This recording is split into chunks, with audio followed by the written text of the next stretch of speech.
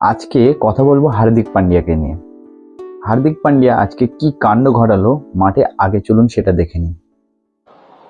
हार्दिक ने बोला आप पीछे जाइए। बोला मैं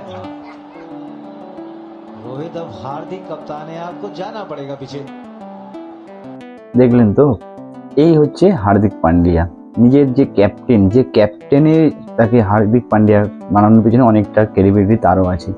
মুম্বাই ইন্ডিয়ান্সে খেলার সময় পর থেকেই কিন্তু আইপিএল থেকে কিন্তু উঠে এসেছে হার্দিক পান্ডিয়া। কারণ তার আগে কিন্তু সেইভাবে হার্দিক পান্ডিয়াকে কেউ কিন্তু পরিচিতি দেয়নি। সেই মুম্বাই ইন্ডিয়ান্স কিন্তু তাকে পরিচয় দিয়েছিল এবং বেশিরভাগ সময়টাই কিন্তু ক্যাপ্টেনশিপ হিসাবে ক্যাপ্টেন তার ছিল হচ্ছে রোহিত শর্মা। কিন্তু সেই রোহিত শর্মাকে এইভাবে একটা ইনসাল্টিংভাবে ফিল্ডিং সাজানোর অনেক রকম নিয়ম আছে, অনেক রকমভাবে বলা যেতে পারে। কিন্তু একটা সিনিয়র মোস্ট প্লেয়ার, যে বর্তমানে ভারতীয় দলের অধিনায়ক, তার এই যে আচরণটা, তার প্রতি যে আচরণটা, সেটা কিন্তু সত্যি কথা বলতে গিয়ে অ্যাজ এ ক্রিকেট প্রেমী হিসেবে খুব ব্যথিত এবং এই দুঃখিত তার একটা এরকম বাজে বিহেভিয়ার জন্য। চলে আসি আজকে ম্যাচের হার্দিক পান্ডিয়ার সম্বন্ধে। আচ্ছা, Hardik Pandya as a captain হিসাবে সে নিজের কাঁধে বলের দায়িত্ব নিয়ে সে যে বল করেছে সেটা সকলের কাছে জানা। 3 ওভারে বল করে 30 রান খেয়েছে এবং তারপরে কিন্তু আসে ব্যাটিংয়ের যখন পরিস্থিতি, কোনো রকমভাবে ভালোভাবে বোলাররা বল করে সে কিন্তু তার বোলারদের ক্রেডিবিলিটি দিতে হবে। সেখানে কিন্তু অনবদ্য কোর্সে কিন্তু তার ডেবিউ ম্যাচে কিন্তু অসাধারণ ভালো বল করে তাকে কিন্তু ম্যাচটিকে জায়গায় এনেছে। কে ভেবেছিল এই ম্যাচটি মুম্বাই ইন্ডিয়ান্স হেরে যাবে? অ্যাজ এ ক্যাপ্টেন হিসাবে আর হার্দিক পান্ডিয়ার প্রথম ম্যাচ এবং প্রেস্টিজ ম্যাচ, যে গুজরাটকে সে ছেড়ে এসেছিল, সেই গুজরাটের মাটিতে সকলের সামনে কিন্তু একটা পদস্থ হলো Hardik পান্ডিয়ার ক্যাপ্টেন্সিতে।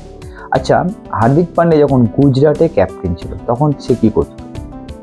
Top of the order bat করতে আসতো, first down second down bat করতে আসতো, কারণ দলকে সেই জায়গাটা সে করে দিত, সে কিন্তু পারত। কিন্তু আজকে সে কি করতে গেছে? আজকে তার ক্যাপ্টেনশিপ সে মানে কি করেছে নিজে বুঝতে পারছে না, কেমন কি করবে হয়তো সেটাও বুঝে পাচ্ছে না। কেন কেন এই জিনিসটা হলো আমি বলে দিচ্ছি।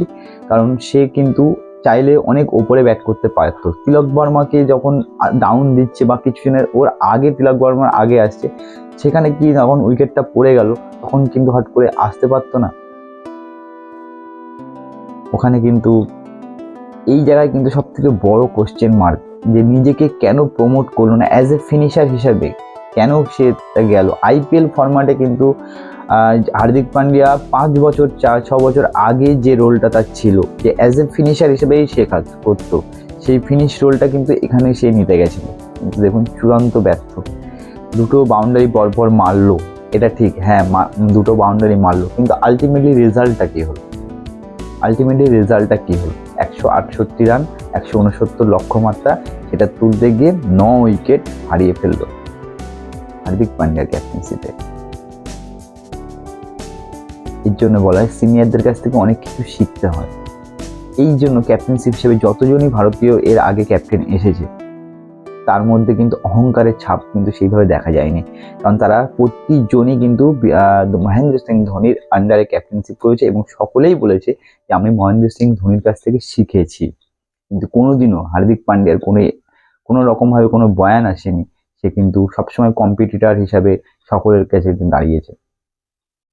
তাকে নিজের এখন একনায়কতন্ত্র থেকে কাউকে ক্রেডিবিলিটি দিতে পারেনি, কাউকে যে কিছু কোনো শেখার কোনো প্রচেষ্টা সে কিন্তু দেখায়নি। হ্যাঁ, সে অসামান্য ভালো ক্রিকেটার, আমি কিন্তু তার ক্রিকেট অ্যাবিলিটি নিয়ে কোনো প্রশ্ন তুলছি না।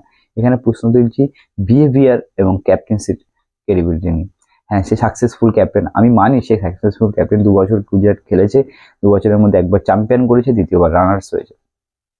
কিন্তু তারপরে আজকে যখন এত বড় একটা টিমের উপরে তার দায়িত্ব জায়গা আসলো, তখন কোথায় গেল ক্যাপ্টেন্সি? রোহিত শর্মা যখন অ্যাজ এ ইন্ডিভিজুয়াল পারফরমেন্স করতে পারেনি, তখন কিন্তু টিমটা হেরেছে। এত ভালো বোলিং পারফরমেন্স করার পরেও আলটিমেটলি এই জায়গাটায় হারের কারণ কিন্তু অনলি ক্যাপ্টেনশিপ এবং ব্যাটিং অর্ডারের সিদ্ধান্তরাই কিন্তু ম্যাচকে হারিয়েছে মুম্বাই ইন্ডিয়ান্সকে।